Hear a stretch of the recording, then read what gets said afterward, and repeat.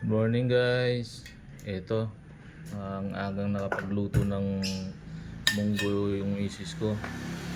Ayan o. Ito yung munggo na nabili ko nung nakaraan dun sa nadaanan namin. Kaya nakapagluto na siya.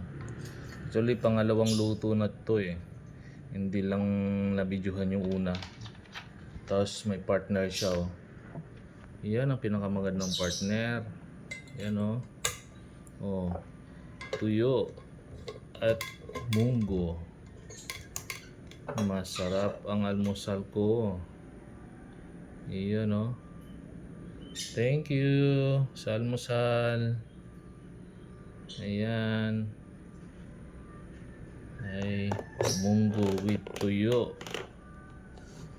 Yes. Okay, bye-bye. Have a nice day.